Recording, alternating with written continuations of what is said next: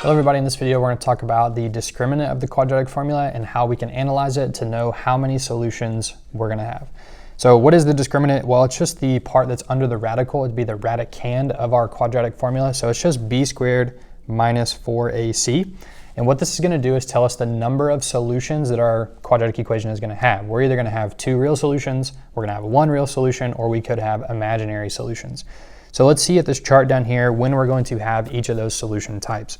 So if b squared minus 4ac is greater than 0, so some kind of positive number, then we're going to be taking the square root of a positive number, which means we're going to have two real solutions, which means we have two x-intercepts, which means our parabola would cross the x-axis 2 times. If our discriminant is equal to 0, the square root of 0 is just 0, so that's when we only have our one real solution. So the vertex of our parabola would be on the x-axis, one real solution, one x-intercept. Now, if our discriminant is less than 0, so a negative number, we're taking the square root of a negative, we know that would give us an imaginary solution. And so in that case, we're going to have two imaginary solutions. We have no x-intercepts. Our parabola does not cross the x-axis. So let's take a look at 3 examples, one for each of those solution types. So the good thing about the discriminant is that we don't have to do the entire quadratic formula.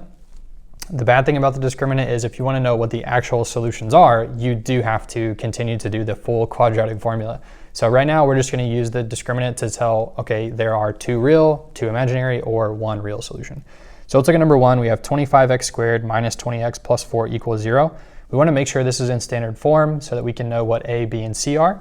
So we just want to write down b squared minus 4ac. And we want to see what that's equal to. So b is negative 20, so we have negative 20 squared minus 4, a is 25, and c is 4. So we just want to see what that's equal to. So negative 20 squared would be 400, and then we have 25 times 4, which would be 100, 100 times 4, which would be 400.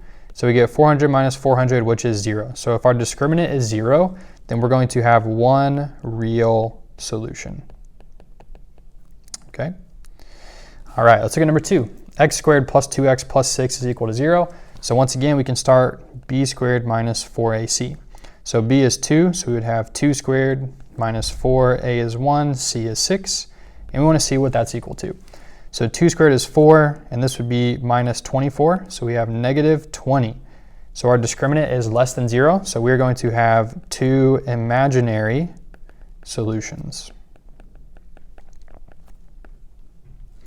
All right, and the last one, number 3, we have x squared plus 2x minus 3.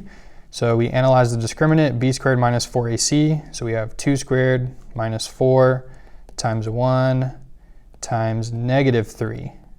So we have 4 minus, but is it minus? We have a negative 4, we have a negative 3. So a negative times a negative is a plus. And that would be 12, and we get not 0, we get 16, okay? So now we have a discriminant of 16, so we're going to have two real solutions. Okay, and that's how you can use the discriminant of a quadratic formula to know how many solutions there will be.